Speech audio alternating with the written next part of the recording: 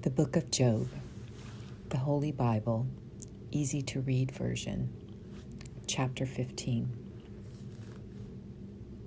Then Eliphaz from Teman answered Job, "If you were really wise, you would not answer with your worthless personal opinions. A wise man would not be so full of hot air. Do you think a wise man would use empty words and meaningless speeches to win his arguments? If you had your way, no one would respect God and pray to him. What you say clearly shows your sin. Job, you are trying to hide your sin by using clever words. I don't need to prove to you that you are wrong. The words from your own mouth show that you are wrong. Your own lips speak against you. Do you think you were the first person ever to be born? Were you born before the hills? Did you listen to God's secret plans? Do you think you are the only wise person? We know as much as you do. We understand as well as you do. The old gray-haired men agree with us. People older than your father are on our side. God tries to comfort you, but that is not enough for you. We have spoken this message to you in a gentle way. Why will you not understand? Why can you not see the truth? You are expressing your anger against God when you say these things. People cannot really be pure. They cannot be more right than God. God does not even trust his angels. He does not even think the sky is pure. People are even worse. They are disgusting and dirty. They drink up evil like water. Listen to me, and I will explain it to you. Let me tell you what I have seen. I will tell you what wise men would say, things they heard from their fathers and then freely passed on. They didn't hide any secrets from me. These are important people in our country. Everyone knows who they are. And they said that an evil man suffers all his life. A cruel man suffers all his numbered years. Every noise scares him. His enemy will attack him when he thinks he is safe. An evil man has no hope of escaping the darkness. There is a sword somewhere waiting to kill him. He wanders from place to place, looking for food, but he only knows a dark day is coming, which he brought on himself. He lives in fear, with worry and suffering threatening him like a king ready to attack. That is because that evil man shook his fist at God, refusing to obey. He dared to attack God, all-powerful, like a soldier with a thick, strong shield who runs at his enemy to strike him in the neck. He might be rich and fat, but his town will be ruined. His home will be destroyed. His house will be empty. He will not be rich for long. His wealth will not last. His crops will not grow large. He will not escape the darkness. He will be like a tree whose leaves die from disease and are blown away by the wind. That evil man should not fool himself by trusting in worthless things, because he will keep nothing. He will die before his time, like a tree whose top branches have already begun to die. He will be like a vine that loses its grapes before they ripen. He will be like an olive tree that loses its buds. That is because people without God have nothing. Those who take bribes will have their homes destroyed by fire. They are always thinking of ways to do evil and cause trouble. They are always planning how they might cheat others. Then Job answered, I have heard all these things before. You men give me trouble, not comfort. Your long speeches never end. Why do you continue arguing? I also say the same things you say. If you had my troubles, I could say wise things against you and shake my head at you. But I would say things to encourage you and give you hope. Nothing I say makes my pain go away, but keeping quiet does not help either. God, you surely took away my strength. You destroyed my whole family, and you have made me thin and weak, and people think that means I am guilty. God attacks me. He is angry with me and tears my body apart. He grinds his teeth against me. My enemy looks at me with hate. People have crowded around me. They make fun of me and slap my face. God has given me to evil people. He let the wicked hurt me. I was enjoying a quiet, peaceful life, but then God crushed me. Yes, he took me by the neck and broke me into pieces. He has made me his target.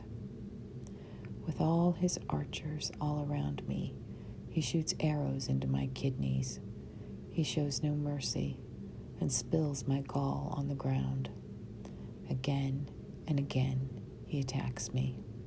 He runs at me like a soldier in battle.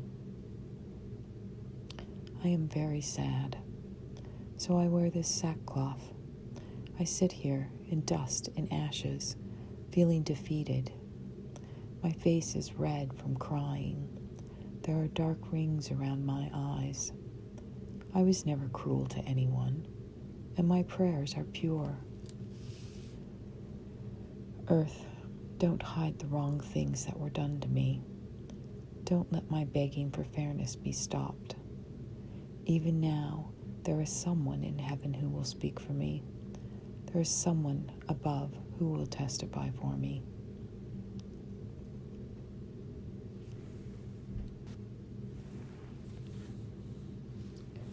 While my eyes pour out tears to God, he speaks to God for me, like someone presenting an argument for a friend. In only a few years, I will go to that place of no return. My spirit is broken. I am ready to give up. My life is almost gone. The grave is waiting for me. People stand around me and laugh at me. I watch them as they tease and insult me. God, give me some support. No one else will. You have closed my friends' minds, and they don't understand. Please don't let them win. You know what people say. A man neglects his own children to help his friends, but my friends have turned against me. God has made my name a bad word to everyone. People spit in my face. My eyes are almost blind from my grief. My whole body is as thin as a shadow. Good people wonder how this could happen. The innocent are upset with anyone who is against God, but those who do right will continue to do what is right. Those who are not guilty grow stronger and stronger. But come on, all of you, and try to prove me wrong. I don't find any of you to be wise. My life is passing away, and my plans are destroyed. My hope is gone. Everything is confused. Night is day, and evening comes when it should be dawn.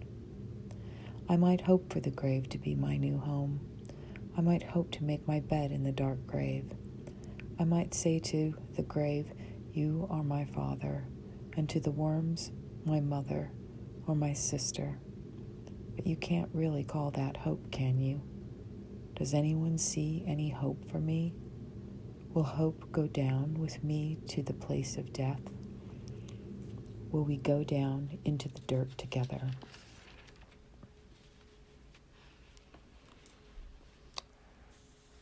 Then Bildad from Shuhah answered, "When will you stop talking?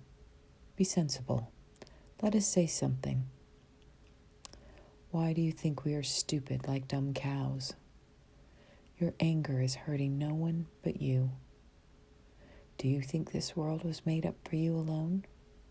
Do you think God should move mountains just to satisfy you? Yes, the light of those who are evil will go out. Their fire will stop burning. The light of their houses will become dark. The lamps next to them will go out. Their steps, once strong and fast, become weak. Their own evil plans make them fall. Their own feet lead them into a net. They fall into a hidden pit and are caught. A trap catches them by the heel and holds them tight. A rope is hidden on the ground to trip them. A trap is waiting in their path. On every side, terrors frighten them. Fears follow every step they take. Disaster is hungry for them. Ruin stands close by, waiting for them to fall. Diseases will eat away their skin. Death itself will eat their arms and legs. They will be taken away from the safety of their tents and be led away to meet death, the king of terrors. Nothing will be left in their tents, which will be sprinkled with burning sulfur. Their roots below will dry up, and their branches above will die. People on earth will not remember them. Their names will be forgotten. They will be forced from light into darkness. They will be chased out of this world. They will leave behind no children, no descendants. None of their people will be left alive. People in the West will be shocked at what happened to them. People in the East will be numb with fear. This is what will happen to the homes of those who are evil. This is the place of those who don't know God.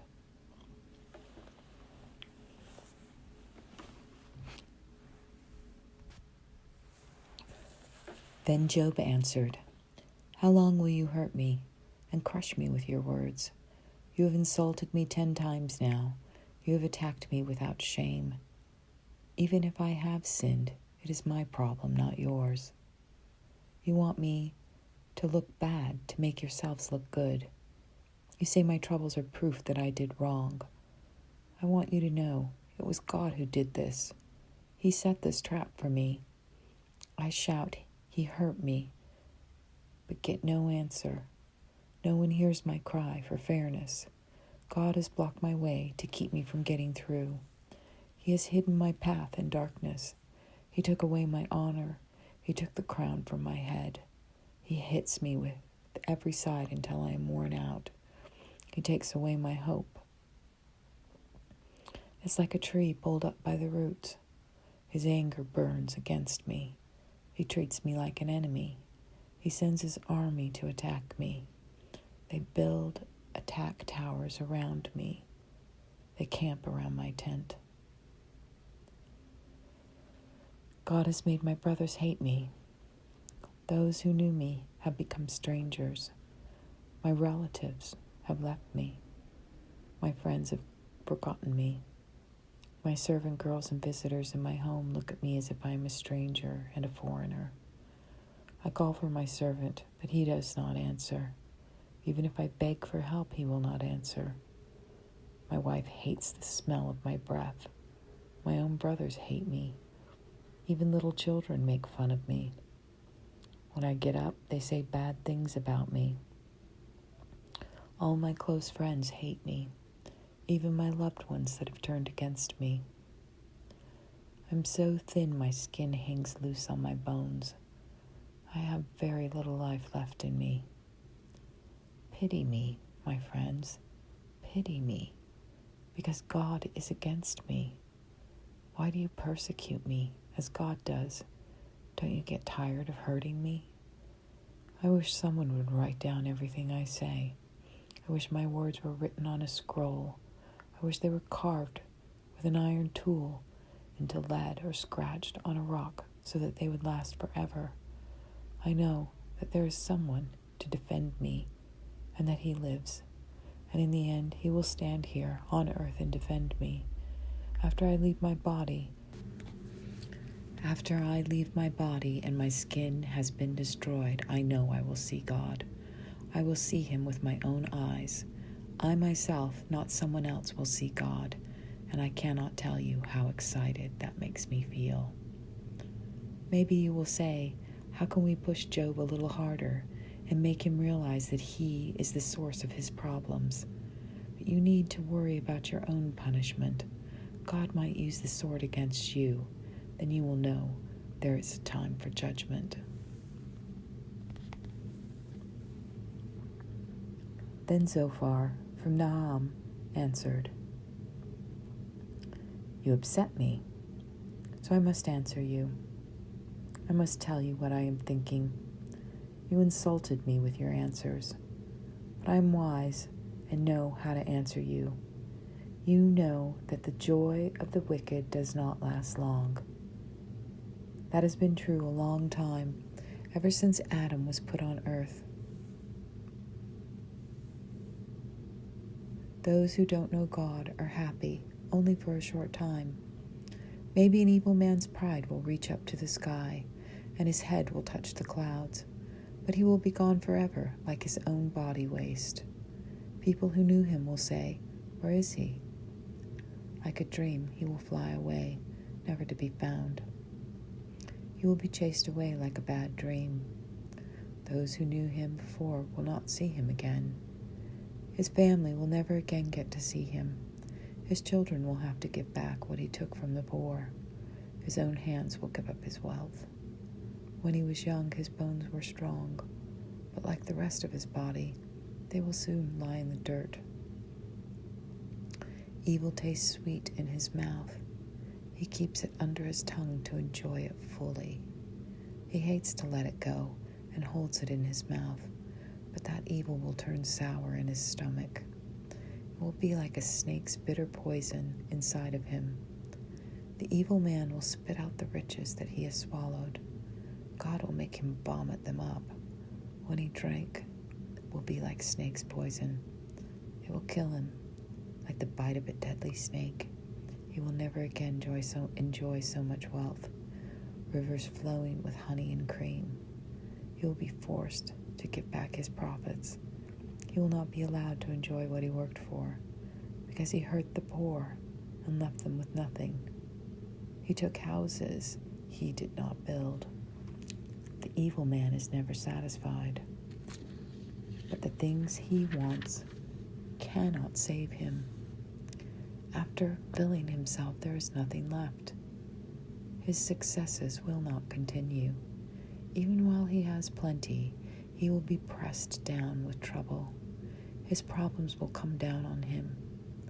If he does not get all he wants, God will throw his burning anger against him. God will attack him and rain down punishment on him. Maybe he will run away from the iron sword, but then a bronze arrow will strike him down.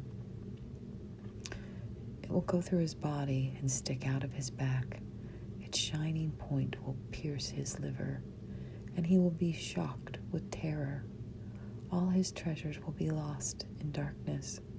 He will be destroyed by fire, a fire that no human started.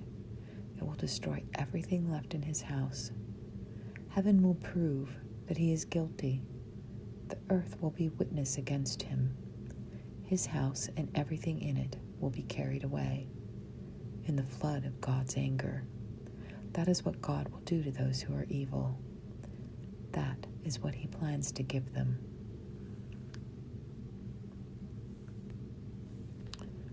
Then Job answered, Listen to what I say. Let this be your way of comforting me. Be patient while I speak. Then after I have finished speaking, you may make fun of me. My complaint is not against people. There is a good reason why I am not patient. Look at me and be shocked. Put your hand over your mouth and stare at me in shock. When I think about what happened to me, I feel afraid and my body shakes. Why do evil people live long lives? Why do they grow old and succeed? They watch their children grow up and live to see their grandchildren. Their homes are safe and free from fear. God does not punish them. Their bulls never fail to mate. Their cows have healthy calves. They send their children out to play like lambs.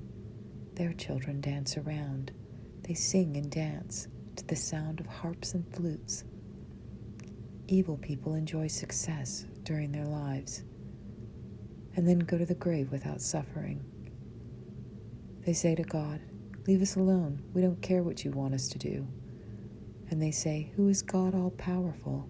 We don't need to serve him. It will not help to pray to him." Of course, evil people don't make their own success. I would never follow their advice. But how often does God blow out their light? How often does trouble come to them? How often does God get angry with them and punish them? Does God blow them away as the wind blows the straw, or as strong winds blow the grain husks? But you say, God is saving their punishment for their children. No. Let God punish the evil people themselves, so that they will know what they have done. Let them see their own punishment. Let them feel the anger of God, all-powerful. When their life is finished and they are dead, they will not care about the family they leave behind. No one can teach God anything he doesn't already know. God judges even those in high places. One person dies after living a full and successful life, a life completely safe and comfortable, with a body that was well fed and bones that were strong. But another person dies after a hard life that made them bitter, never having enjoyed anything good. In the end, both of these people will lie together in the dirt. The worms will cover them both.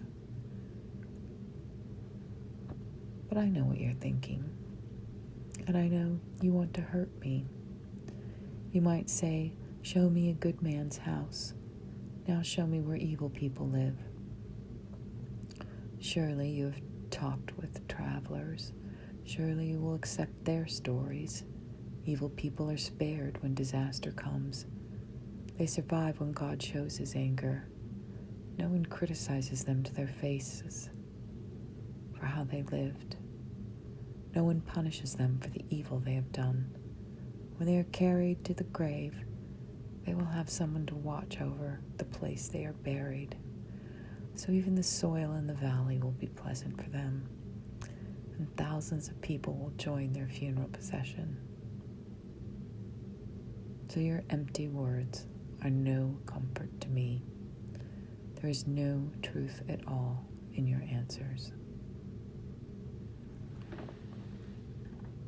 Then Eliphaz from Teman answered, "Does God need our help? Even the wisest of us is not really useful to him. Does your living right benefit him? Does God all-powerful gain anything if you follow him? Why does God blame and punish you? Is it because you worship him? No, it's because you sin so much. You never stop sinning. Maybe to guarantee loans you took things from people for no reason.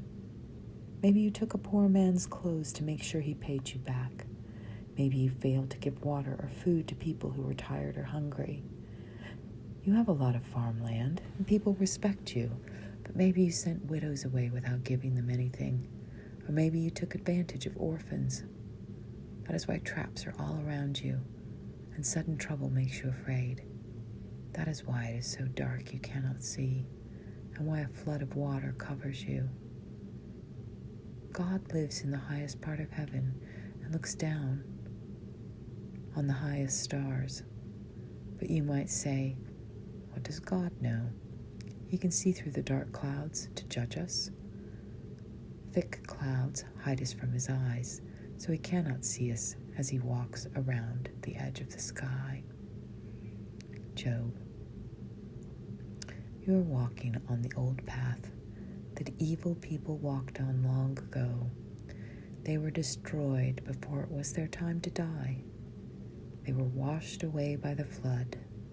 They told God, "Leave us alone," and said, "God, all-powerful, cannot do anything to us." And it was God who filled their houses with good things. No, I would never follow the advice of evil people. Those who do what is right are happy to see them destroyed. The innocent laugh at them and say, "Surely our enemies are destroyed, their wealth burned up in the fire." Now, Job, give yourself to God and make peace with him. Do this and you will get many good things. Accept his teaching. Pay attention to what he says. If you return to God all-powerful, you will be restored. But remove the evil from your house.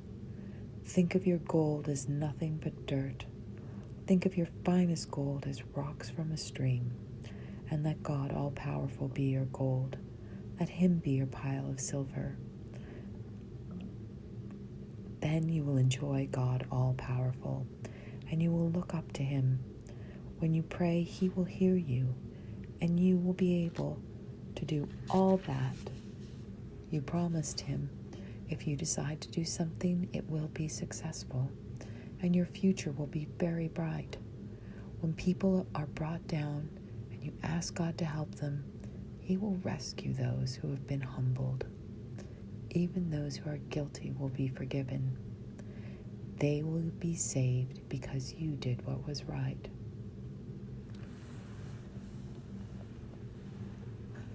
Then Job answered, I am still complaining today. I groan because God is still making me suffer. I wish I knew where to find him.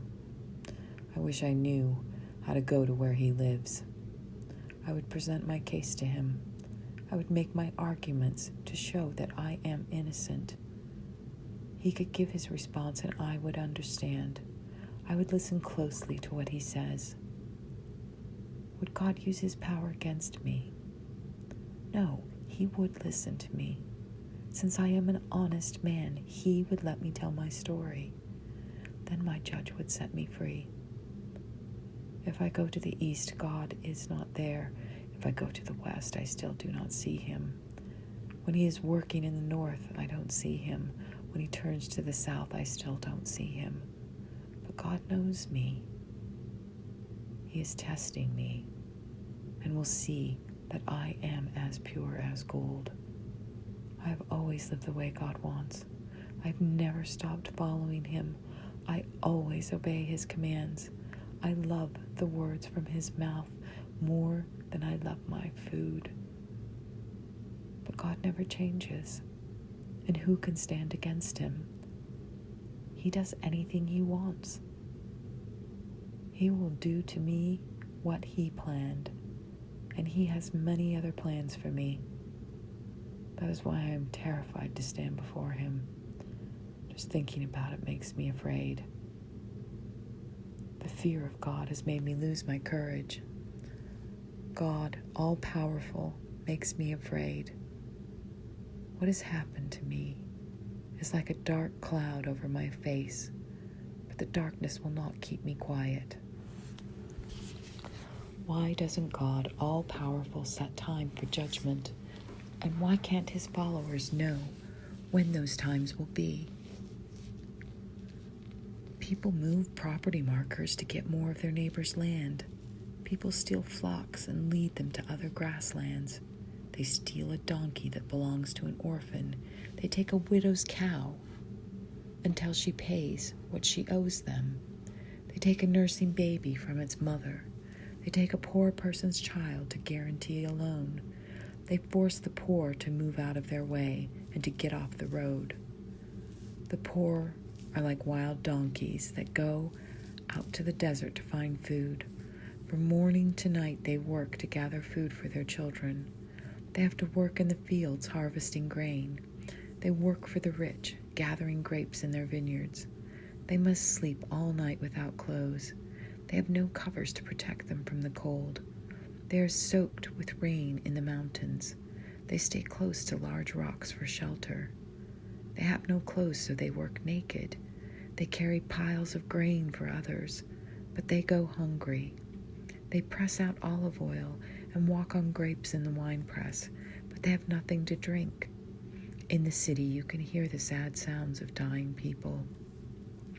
Those who are hurt cry out for help, but God does not listen.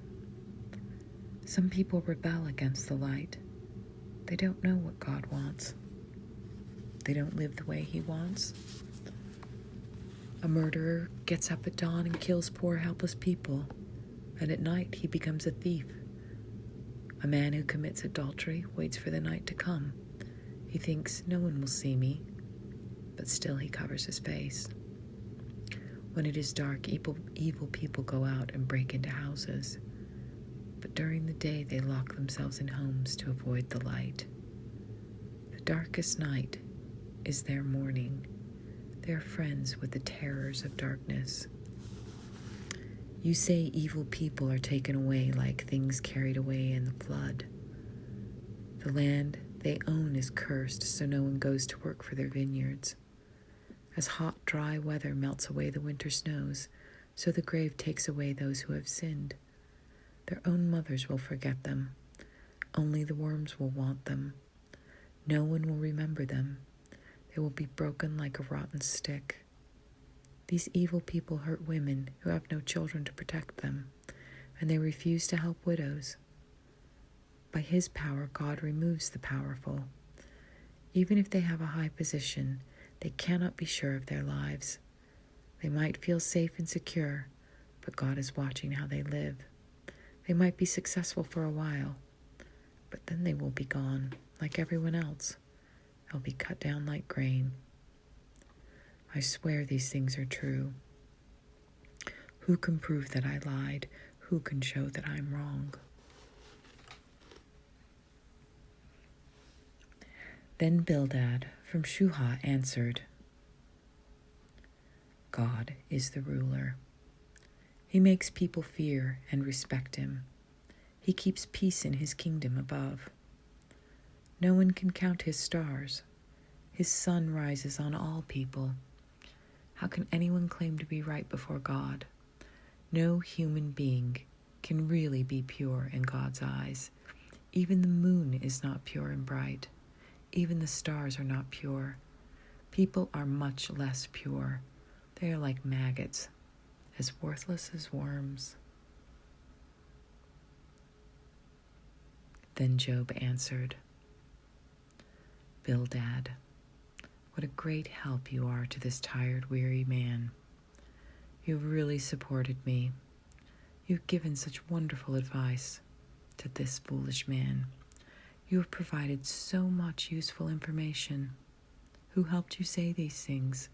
Whose spirit inspired you to speak? The ghosts and their neighbors in the underworld shake with fear, but God can clearly see into that place of death. Death is not hidden from God. God stretched the northern sky over the empty space. He hung the earth on nothing.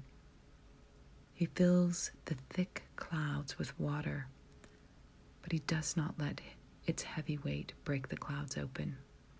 He covers the face of the full moon. He spreads His clouds over it and hides it. He drew the horizon on the ocean like a circle where light and darkness meet. The foundations that hold up the sky shake with fear when God threatens them. With His own power, God calmed the sea. With His wisdom, He destroyed Rahab. His breath made the skies clear. His hand destroyed the snake that tried to get away. These are only a few of the amazing things God has done. We hear only a small whisper of God's thundering power. Job continued his answer. God all-powerful has been unfair to me. He has made my life bitter. But I swear by his life, as long as I have life in me, as long as breath from God is in my nostrils, I will not be a hypocrite. I will not lie. You will never hear me say you men are right. Until the day I die, I will not be untrue to myself. I will hold on to my innocence and never let go. My conscience will always be clear.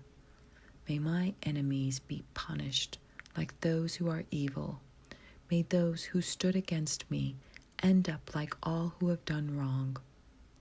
What hope do people without God have when it is time to die, when God takes their life away, when they have troubles and cry out for help? God will not listen to them. It will be too late for them to enjoy talking with God all-powerful. They should have prayed to God all along. I will teach you about God's power. I will not hide anything about God all-powerful, but you have seen it with your own eyes. So why do you say such useless things? Here is what God has planned for those who are evil. This is what cruel people will get from God all-powerful. They may have many children, but all of them will be killed in a war, or their children will not have enough to eat. All those who are left will die, and their widows will not even cry for them. Evil people collect silver as easily as dirt. They may have so many clothes that they are piled up like clay, but their piles of clothes will be worn by those who have lived right. All that silver will be given to those who have done no wrong. Evil people might build houses, but they will not last long. They will be like a spider's web or a guard's tent. They might be rich when they go to bed, but when they open their eyes, all their riches will be gone. Terrible fears will come over them like a flood, like a storm in the night that blows everything away. The east wind will carry them away, and they will be gone. The storm will sweep them out of their homes. They may try to run away from the power of the storm, but it will come down on them without mercy. It will make a sound like clapping hands as they run away. It will whistle at them as they run from their homes. There are mines where people get silver and places where people melt gold to make it pure. Iron is dug out of the ground and copper is melted out of the rocks. Miners carry lights deep into caves to search for the rocks in the deepest darkness. Far from where people live, they dig deep into the ground, down where no one else has been before. There they work all alone, hanging from ropes. Food grows on the ground above, but underground it is different. As if everything were melted by fire. In the rocks, there are sapphires and grains of pure gold. Wild birds know nothing about the way to these places. No falcon has ever seen it. Wild animals have never been there. Lions have not traveled that way. Miners dig the hardest rocks. They dig away at the mountains and make them bare. They cut tunnels through the rocks and see all the treasures they hold. They even find places where rivers begin. They bring to light what once was hidden. But where can anyone find wisdom? Where can we get understanding? People don't know where wisdom is. It cannot be found by anyone on earth. The deep ocean says, "It's not here with me." The sea says, "It's not here with me." You cannot buy wisdom with even the purest gold. There is not enough silver in the world to pay for it. You cannot buy it with gold from Ophir or with precious onyx or sapphires. Wisdom is worth more than gold or crystal. It cannot be bought with expensive jewels set in gold. It is far more valuable than coral and jasper, more precious than rubies. The topaz from Ethiopia cannot match its value, which is greater than the purest gold. So where does wisdom come from? Where can we find understanding?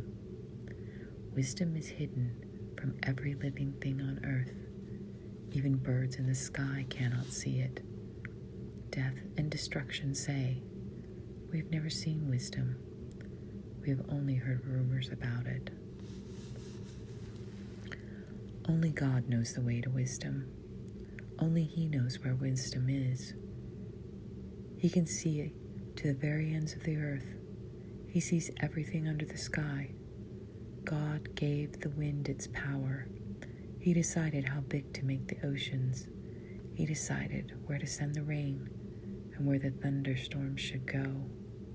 He looked at wisdom and discussed it. He examined it and saw how much it is worth.